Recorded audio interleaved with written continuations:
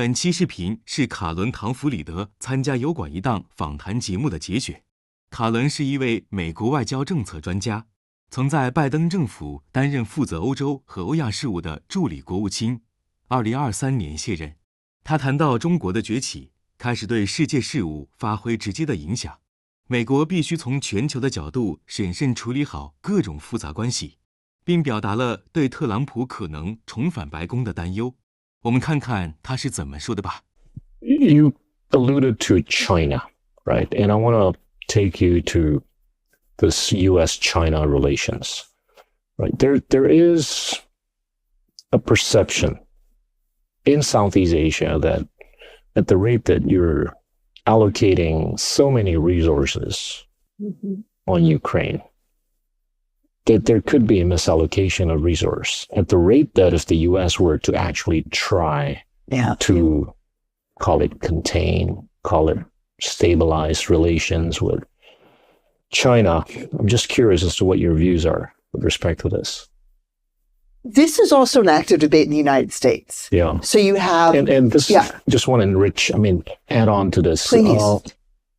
It sort of runs counter to the pre-existing foreign policy posturing, right, of the United States, where, Kissinger succeeded in getting China out of sight with the U.S. as to help contain the Soviet Union.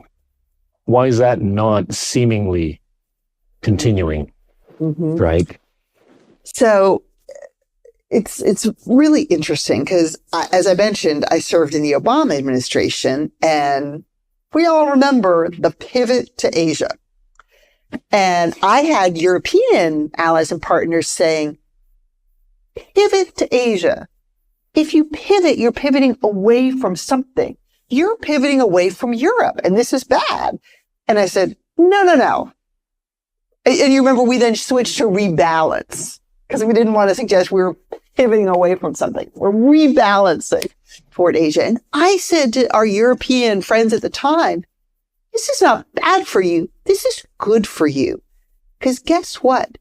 Asia really matters for Europe too. Right. And we collectively need to be spending more time, more resources on Asia and on China specifically.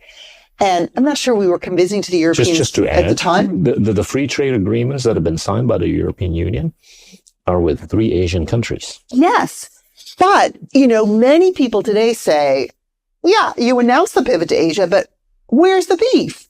Where is really the evidence that you've done this? And we can think about the Trans-Pacific Partnership. We can think about some policies that were introduced, negotiated, but ultimately were not implemented. But here we are in 2024. And my view on this is it is all connected.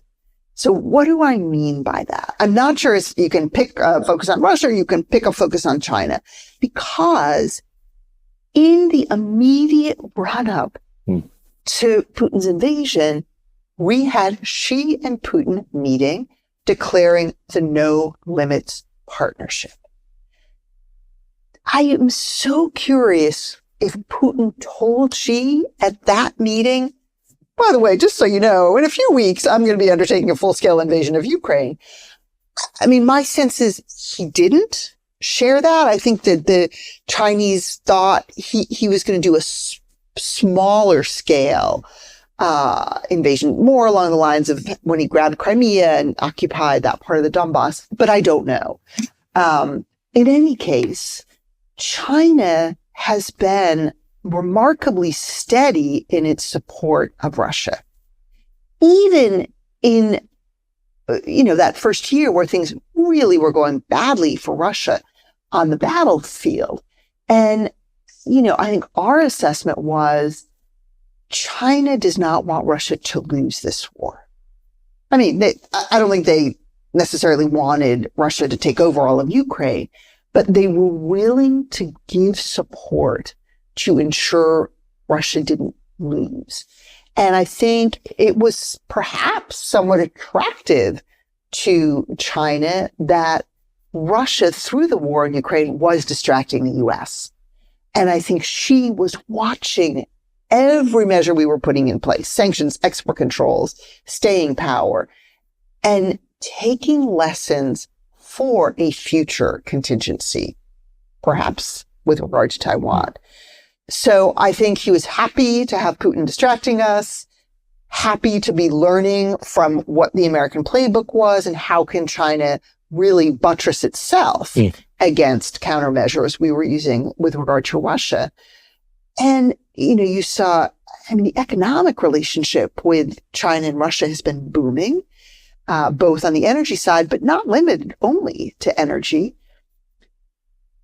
I have not been in government now for some time, but when I was in government, we didn't see any lethal assistance going from China to Russia, but I watched closely, actually, our Treasury Secretary, Janet Yellen's recent trip to China, and she was very clearly expressing concern and warning about China providing support to Russia's military-industrial complex.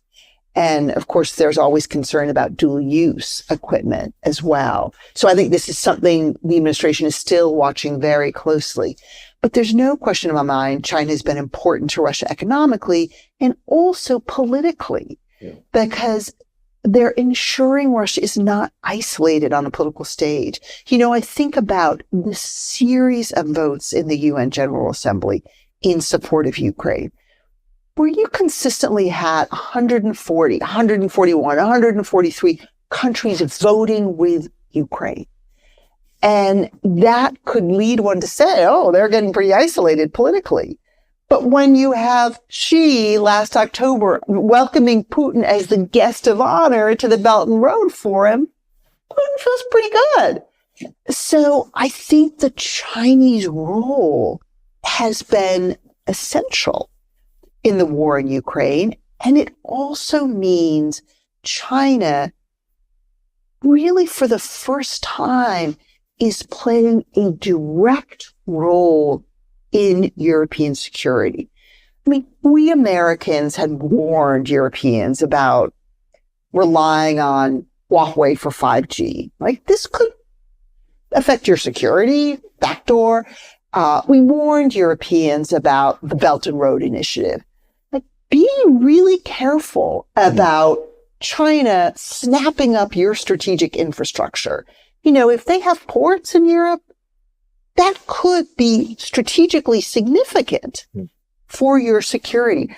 And, the Europeans listened, and I think European views of China have changed over time without question. But with Ukraine, I think this is affecting China's relationship with Europe in a fundamental way.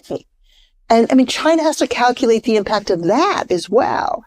It's not to say that the economic relationship still isn't terribly important, especially to a country like Germany. We just saw Chancellor Scholz in China with a large contingent of business people, 3 ministers. The U.S. has a profoundly important economic relationship with China, right? So it's a complex reality. But, we see China giving political, economic support to Ukraine. We see North Korea supplying, not to Ukraine, apologies, China giving economic and political support to Russia.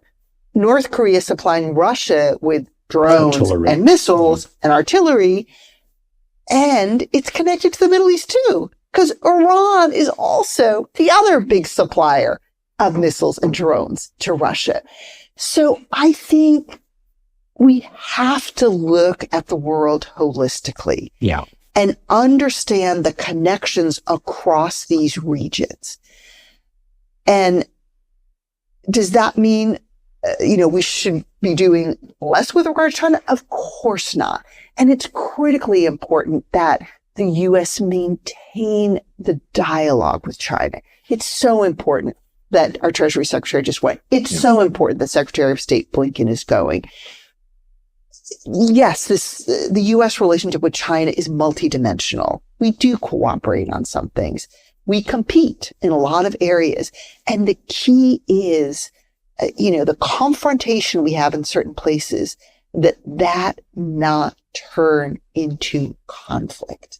And so you hear the Biden administration talk about putting a floor on the relationship. And I do believe we share that interest with China. So it is critically important to the 21st century. Karen, you've been very kind with your time. I want to ask you the last question. Mm-hmm. How does all this change with respect to the prospect of Donald Trump coming back to the White House? The probability of which we don't know. Right. Yes, we do not know. With everything that you've said about the world, would that change dramatically if Trump were to re-enter the White House? I believe it would. And Donald Trump is not an unknown quantity. Donald Trump was president of the United States for 4 years. And in the part of the world I focus on, which is Europe, I believe fundamentally the U.S. is stronger because of the allies it has around the world. I have focused on the allies and partners we had in Europe for my whole career. But allies around the world are equally important. And Indonesia is a vibrant democracy that plays such a critical role in Southeast Asia and beyond. And, you know, when we think about the U.S. role, what we have that China doesn't have, that Russia doesn't have, is this network of allies and partners that believe in democracy, that believe citizens deciding who they want to govern, that it's not just about majority rule, right? It's about respecting the rights of minorities. So many fundamental aspects to what democracy means. But in that scenario, if I believe we are stronger when we work together with allies, I believe fundamentally we need to respect those allies. We're not always going to agree. And that's true domestically in democracies, and it's true between democracies. So there are so many different factors you could look at, but looking at that factor of valuing allies, believing sometimes you may be wrong and you could learn from an ally who may know the region better, who may know a player better. That alone worries me about a Donald Trump coming back because we live in a dangerous world. And, you know, when we think about power shifts, China is a rising power. And when the international system shifts, that Chinese rise in power affects U.S. power. And so we, especially today, are stronger when we have allies. And so I want a U.S. president, and I've worked for a Republican president. I want a U.S. president who thinks strategically about the U.S. role in the world and thinks about Ukraine. This isn't just about the existence of Ukraine. It's about a European security order and allies we have treaty commitments to. And fundamentally, it's about global stability. It's about, are we going to stand up for those principles in the UN Charter? Do we want to live in a world that largely is based on rules that most of us respect?